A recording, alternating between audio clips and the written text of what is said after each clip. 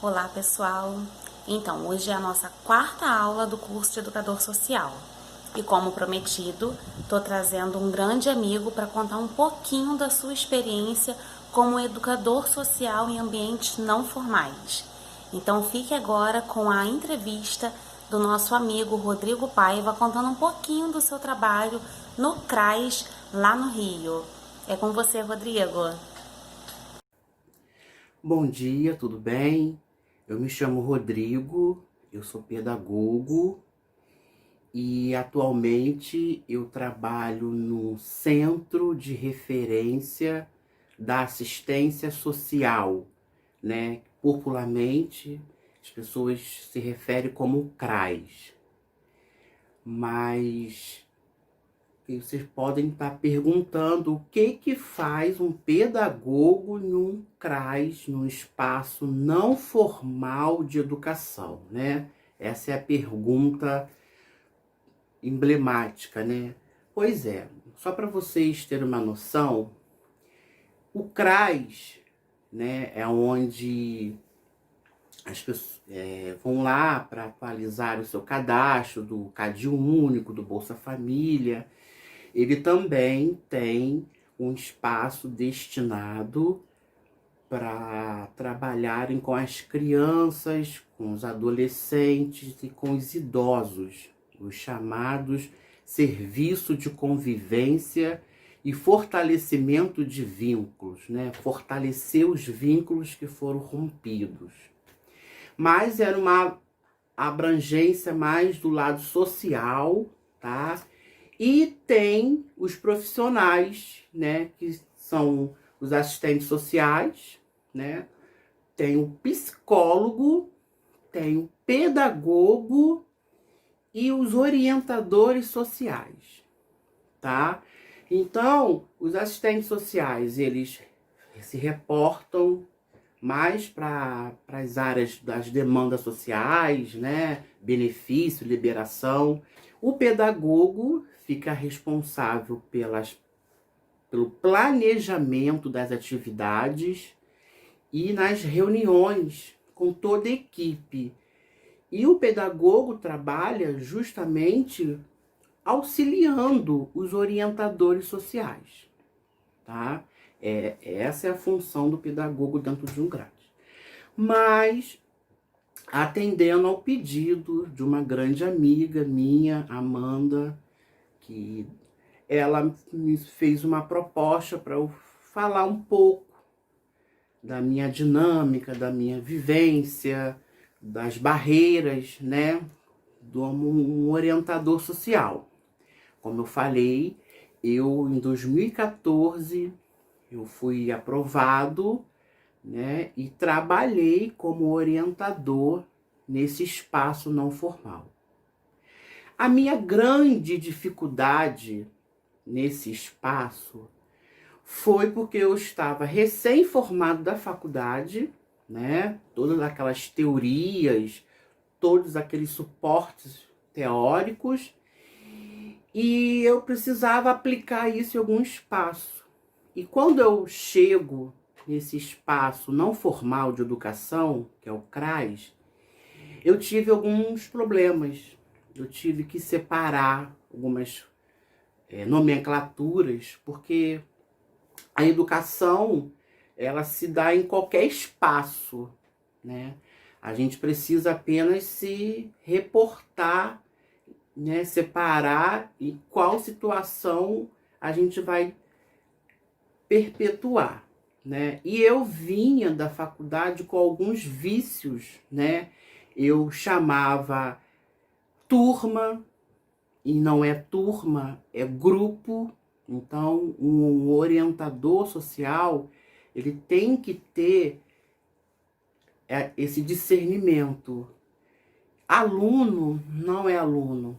Aluno, para o orientador social, são crianças, ou adolescentes, ou idosos, tá? Sala de aula não é sala de aula.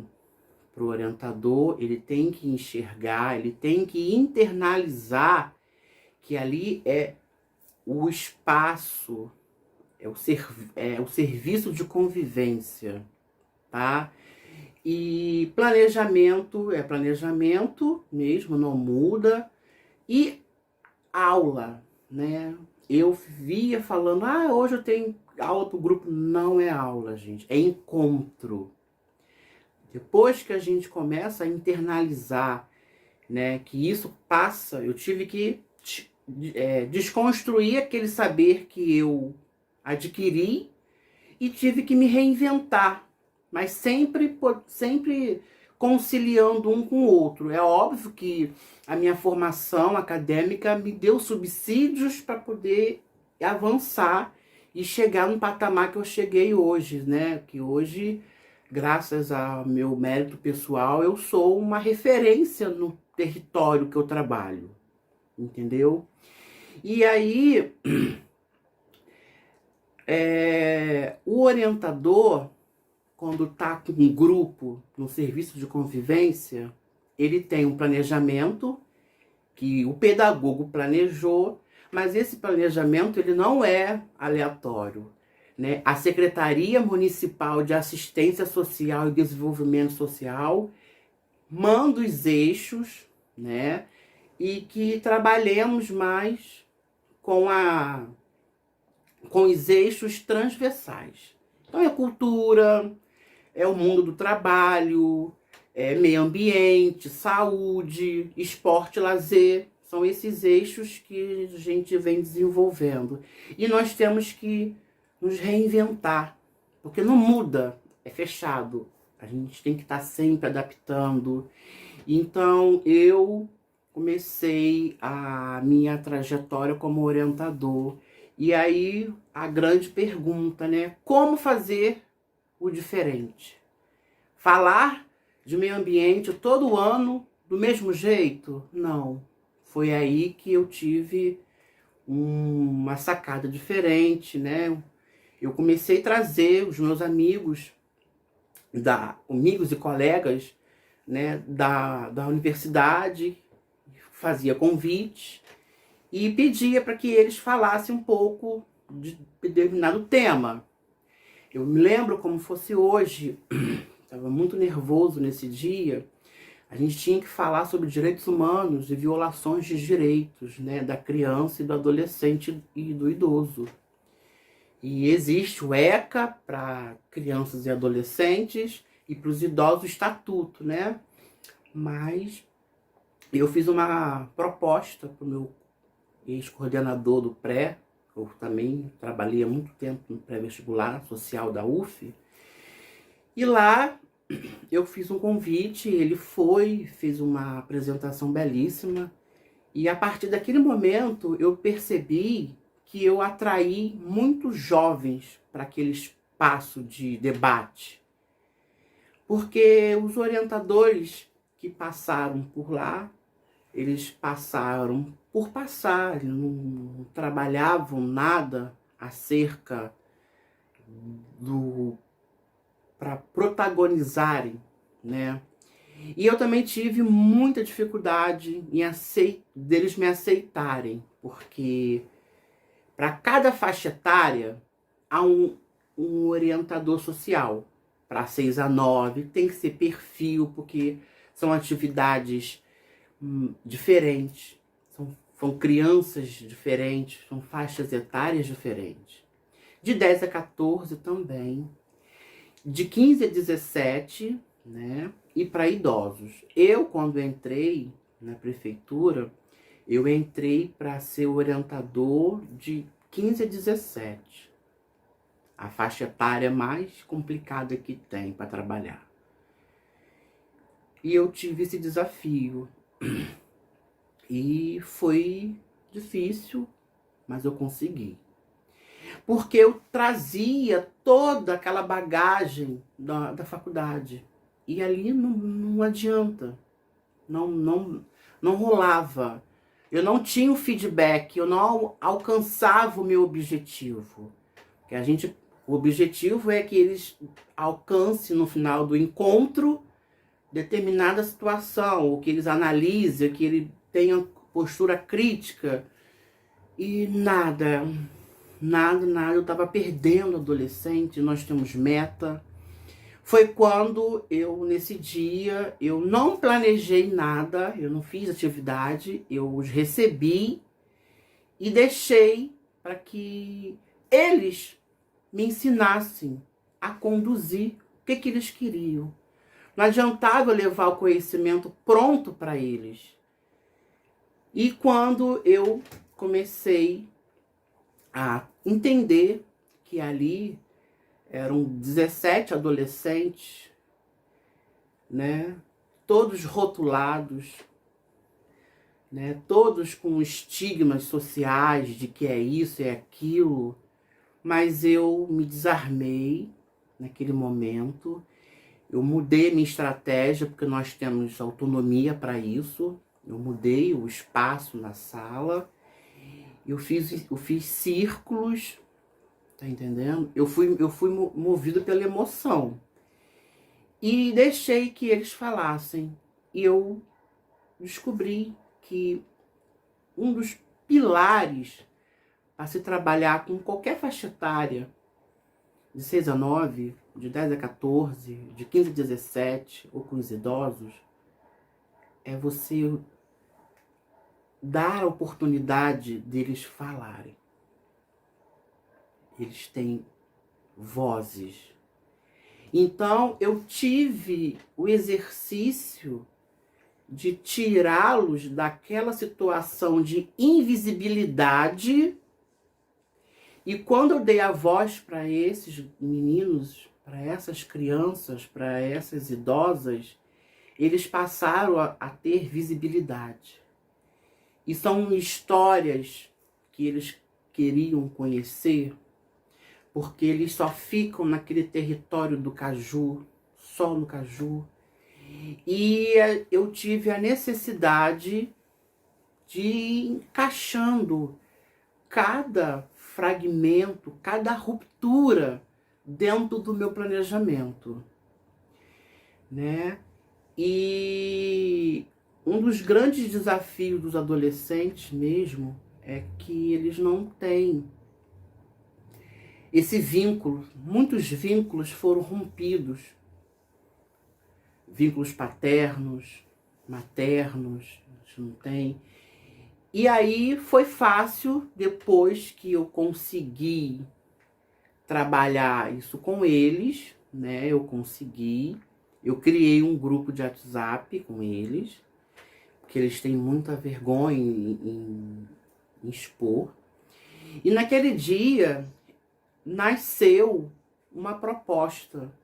Eu sugeri que nós criássemos um grupo para nomear, fica muito vago, um grupo de 15 a 17. E aí eles sugeriram Somos Jovens, né? E nós estávamos trabalhando nesse mês de direitos humanos e eu consegui conciliar, né, adaptar a importância de um planejamento, que ele não é fechado, ele é flexível, você pode adaptar, ajustar as atividades. E foi, né, o grupo de WhatsApp surgiu, eu não tive paz, né, eu atendia sábado, domingo, e ali eles me viram, né, eles me enxergaram, não mais como aquela pessoa, mas como uma pessoa que está ali para mostrar para eles que é possível. E quando eu contei a minha história para eles, né, de que pelo fato de ser negro, morar em comunidade, e que eu, com muita luta, muito sacrifício, eu consegui, né, por méritos próprios, tive incentivo sim da minha família que me apoiou, mas como eu consegui alcançar, né, passar num vestibular, né, e entrar para uma federal, isso foi o diferencial.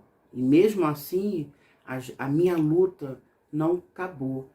Não basta só entrar, você também tem que permanecer. E as dificuldades, ela vem.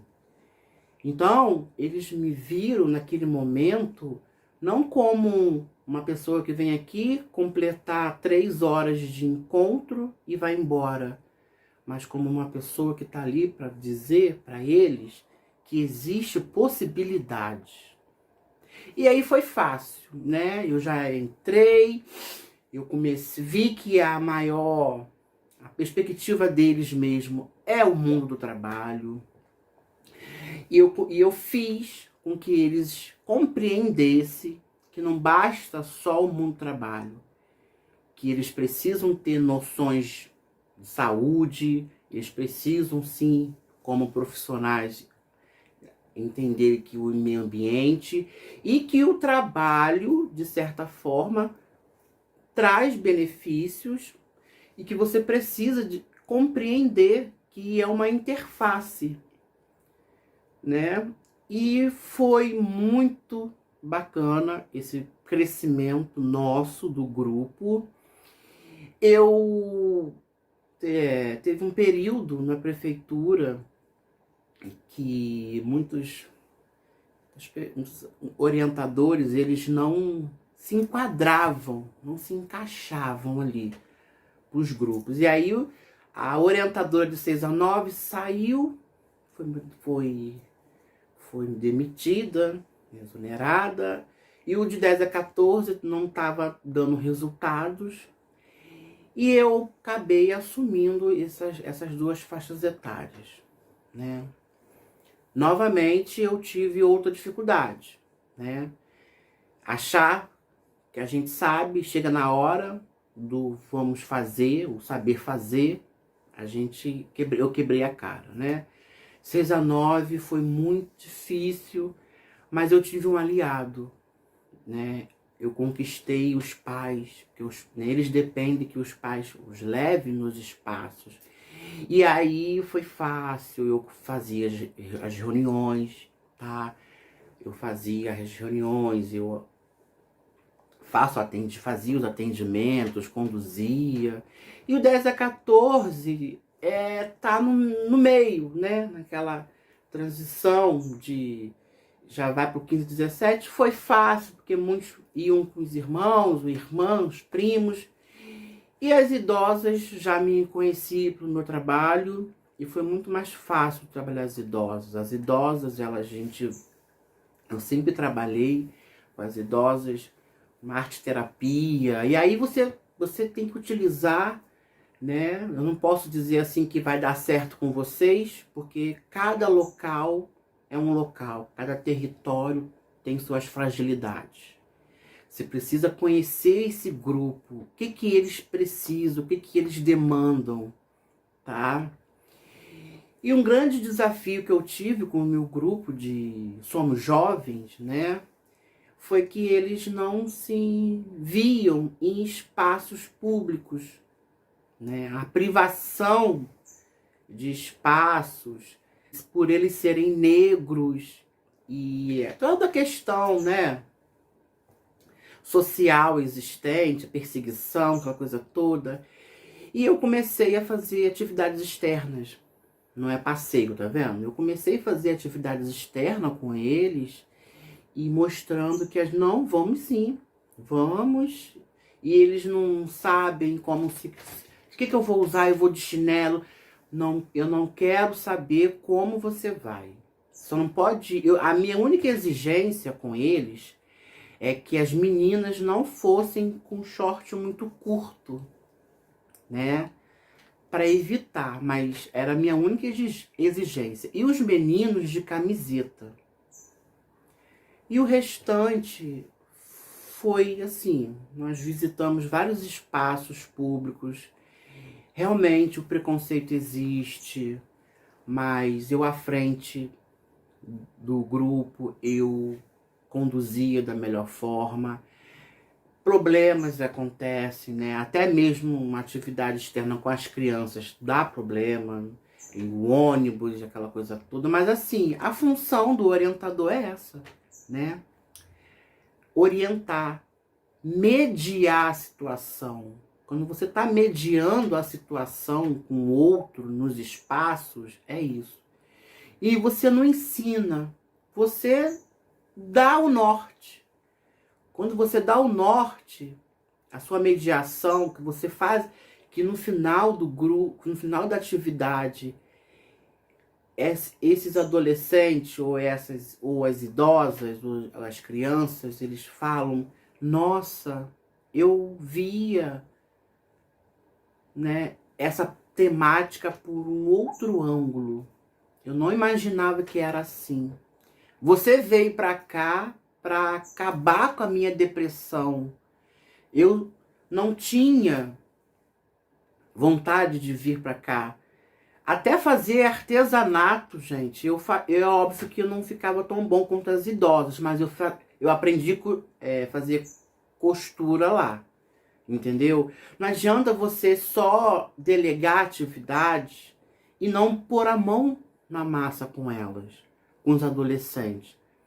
Quando nós fizemos, eu briguei mesmo, briguei ali do Aquarrio, porque toda vez que eu fazia a inscrição, contava o grupo de adolescentes, eles inventavam uma história. E até que teve um dia que eu saí mais cedo do trabalho, fui pessoalmente e consegui a gratuidade. Nós éramos um grupo de 15, 2 no dia eles não puderam ir, 15, e eu fui sozinho. A minha diretora perguntou: você quer que o psicólogo vá? Eu falei: não, eu dou conta deles. Entendeu? Eu quero que eles desfrutem desses espaços como qualquer outra pessoa. E aí fomos. Eles acharam que eles nunca pisariam naqueles espaços, naquele espaço ali. E é muito engraçado, depois, no retorno, no feedback deles, no Facebook, eles agradecendo a oportunidade que eles tiveram de ir nesses lugares, a visitar museus, como se comportar. Ah, Rodrigo, eu olho para o quadro e o quadro eu não entendo nada. Não, você entende sim. A sua percepção é diferente da minha. O que você olhar, o que você enxergar, o que o quis expressar, né? O artista ele quis expressar é subjetivo. É por isso que a obra de arte tem essa riqueza. Não existe um padrão. Você vai olhar e você vai ter a sua interpretação. E hoje, né, infelizmente, nesse momento de pandemia que nós estamos, eu percebo que eles me cobram. Poxa, Rodrigo, não tem mais uma atividade externa. Que saudade. A Paquetá, né? Quem diria? Eu acho que eu fui muito ousado levar um grupo de idosas e adolescentes, são faixas etárias completamente diferentes, para visitar, né, um lugar histórico, Paquetá. É óbvio que eu não dormi, né, mas eu fiquei feliz em saber que sempre, quando encontro com algumas das idosas nos corredores do CRAS, e elas me abraçam e falam: você realizou um sonho meu em conhecer a Praia da Moreninha, né? E os adolescentes foram mais para as praias, aquela coisa toda. É isso mesmo, é isso. E eu combinei com eles, fiz combinados. Não vai entrar, não vai tomar banho. Nós viemos aqui para passear, para conhecer. Eu fiz 2 encontros falando dos pontos turísticos, apresentei o livro, né, para eles, fizemos alguns saraus, fizemos sim leitura, e foi bacana, eles foram preparados. Mas com um grupo de 15, eu não tive o retorno completo dos 15, mas 5 me deram o retorno. E foi muito gratificante saber que 5 de 15, aquilo que eu falei chegou, entendeu? Essa é a diferença. E das idosas é uma coisa mais lúdica, né? Vivência, elas vivenciaram aquilo pela televisão e hoje puderam, muitas jogaram a moeda lá na praia, fazer o pedido, para manter o mito, para manter a tradição. Eu também joguei, e foi bacana, é piquenique. Então, gente, é isso. Não tem muito que para onde fugir. Lembrando que o orientador social, ele pode trabalhar em CRAS e tem essa autonomia, mas o orientador social, ele também trabalha em outros espaços não formais, como abrigos, né? Aí tem que ver como que o diretor da unidade vai trabalhar com você. Também tem em espaços prisionais, os adolescentes em medida, né? E aí é um desafio também, né? Eu tenho essa vontade de poder estar mediando esses espaços, mas no momento eu tô nessa linha, né? Como eu exercendo a função de pedagogo, né? E não é isso que eu falo, gente. Eu mudei, né? Mudei de função na carteira, mas eu continuo de frente mesmo, tanto como pedagogo que planeja, pesquisa, como orientador social que executa, tá na base, tá no eixo. E ali eu percebo todas as nuances, as dificuldades, né, as fragilidades, as negligências. Quando eu sei que um idoso está morando sozinho, eu aciono a equipe técnica para fazer uma visita.